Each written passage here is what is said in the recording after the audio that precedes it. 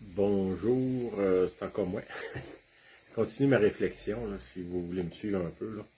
C'est encore beaucoup au niveau de relations. Là, il semble que c'est compliqué les relations, difficile. J'ai un verset, c'est dans le fond, les 10 commandements. Tu n'auras pas d'autre Dieu devant ma face. Hein? Pourquoi le Seigneur nous dit ça? Est-ce qu'il a peur qu'on s'en aille ailleurs?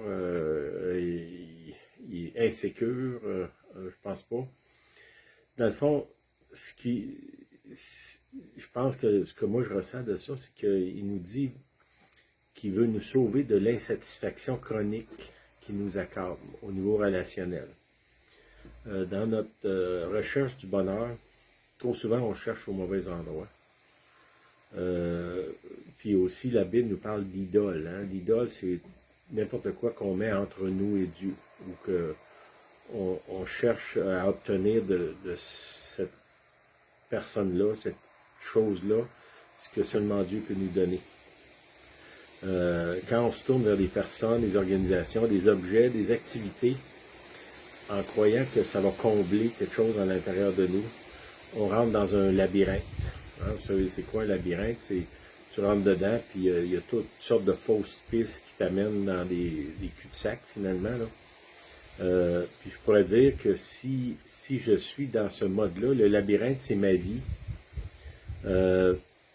quand Dieu n'est pas au centre. Puis souvent, ce qui se passe, c'est qu'on a des angoisses, on a toutes sortes de choses qu'on vit, là. Puis on cherche à être apaisé, on va dire, comme mon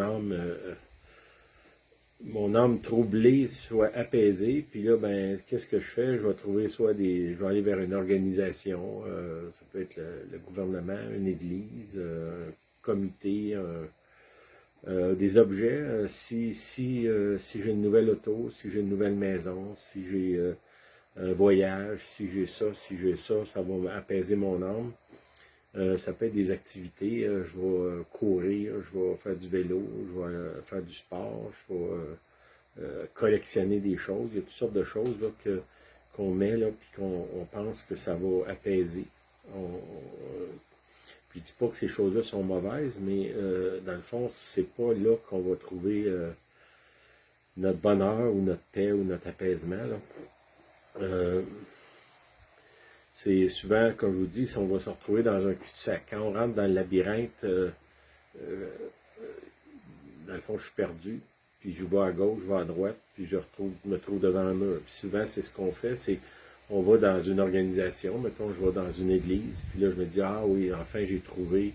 Puis là, j'avance, puis finalement, je me rends compte que ce que moi, je recherche ou ce que je m'attends, il ne rencontre pas. Ça peut être une personne aussi, des amis, un conjoint, une famille, des collègues de travail. Je vais dans cette direction-là, puis je me retrouve, puis finalement, c'est pas ce que j'attendais ou je trouve pas ma satisfaction dans ça. Beaucoup de gens aujourd'hui qui sont un peu en mauvais état, on va dire. Là. Dans Jérémie 2 au verset 13, ça dit « Car mon peuple a commis un double péché, mon peuple a commis un double péché, ils m'ont abandonné, moi, qui suis la source d'eau vive, pour se creuser des citernes crevassées qui ne retiennent pas l'eau. » Souvent, quand on est dans le labyrinthe, c'est un peu ça. On creuse, puis finalement, on veut... L'eau, ça parle de l'eau de la vie, là, de l'eau vive, ici, qui dit, là. La source, puis ça se garde pas, ça se perd. Ce que j'attendais, je ne l'ai pas eu, mes attentes ne sont pas rencontrées, je suis frustré. Puis là, qu'est-ce qui se passe, c'est que je me dis, mais comment sortir de ça? Quand mon âme s'agite, okay, comment est-ce que je vois que mon âme est agitée, des angoisses, des frustrations, de la colère, dépression, apitoiement, des accusations, c'est pas de ma faute, c'est la faute de l'autre. Puis je vous encourage à ce que je viens de dire, la liste, là, finalement. Ça, c'est un signe que vous êtes dans le labyrinthe ou que vous êtes en train d'entrer dedans. Là. Quand vous sentez ça, l'angoisse, frustration, colère, dépression, apitoiement, accusation, vous voyez ça comme un signal d'alarme. Puis ne faites pas comme on fait trop souvent, d'aller essayer de trouver un réconfort dans ce qui, dans le fond, ne me réconforte pas. Faut revenir au Seigneur. Puis essayer de le discerner le plus vite possible, que je ne sois pas profondément entré dans le labyrinthe, mais que aussitôt que je ressens ces sentiments-là, ces émotions-là, de me tourner vers Dieu, comme lui étant la source de la vie, hein, la source d'eau vive que Jérémie parle. Discerner les signaux, puis de marcher dans le chemin étroit. Hein, ça dit étroit et resserré, le chemin qui mène à la vie. De m'assurer que je suis dans le chantier. Jésus dit dans le sentier, je veux dire, Jésus dit je suis le chemin. Hein, c'est pas c'est lui le chemin, c'est lui qu'il faut suivre. Sinon, on se retrouve dans un labyrinthe, on est pris, on est prisonnier, puis on arrive à chaque fois qu'on prend une nouvelle tentative, on arrive dans un cul-de-sac. C'est que dans Jean 15, il nous dit 5, ça dit « Je suis le 7, vous êtes les sarments, celui qui demeure en moi et en qui je demeure porte beaucoup de fruits, car sans moi, vous ne pouvez rien faire. » C'est un verset qui m'a toujours troublé, là, sans moi, vous ne pouvez rien faire.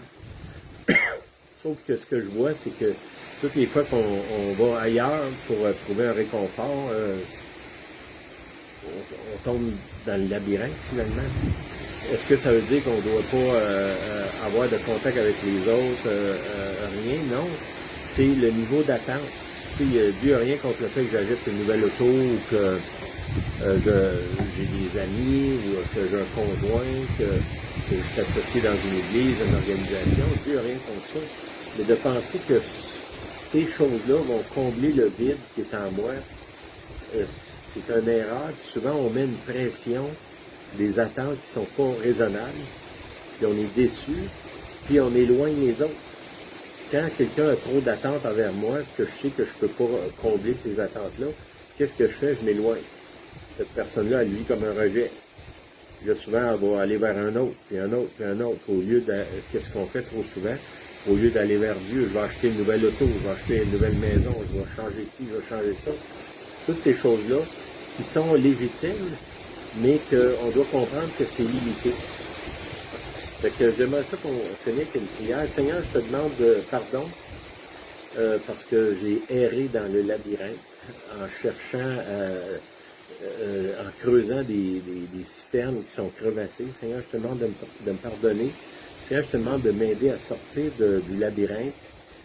Aide-moi à m'attacher à toi, Seigneur, que aussitôt que je me sens pas bien, que c'est vers toi que j'aille, la première toute personne. Et oui, c'est vrai que le Seigneur peut envoyer quelqu'un, peut me réconforter par un événement ou quelque chose comme ça, mais c'est pas l'événement qui va me réconforter, c'est l'action de Dieu. Seigneur, aide-moi aussi à être reconnaissant pour ce que j'ai, que j'arrête de penser que ce qui me manque, c'est ça qui fait mon bonheur, mais plutôt que c'est toi qui fais mon bonheur, c'est pas la chose qui me manque. Je te remercie pour tout ce que tu me donnes, tout ce que tu fais pour moi. Amen. Merci.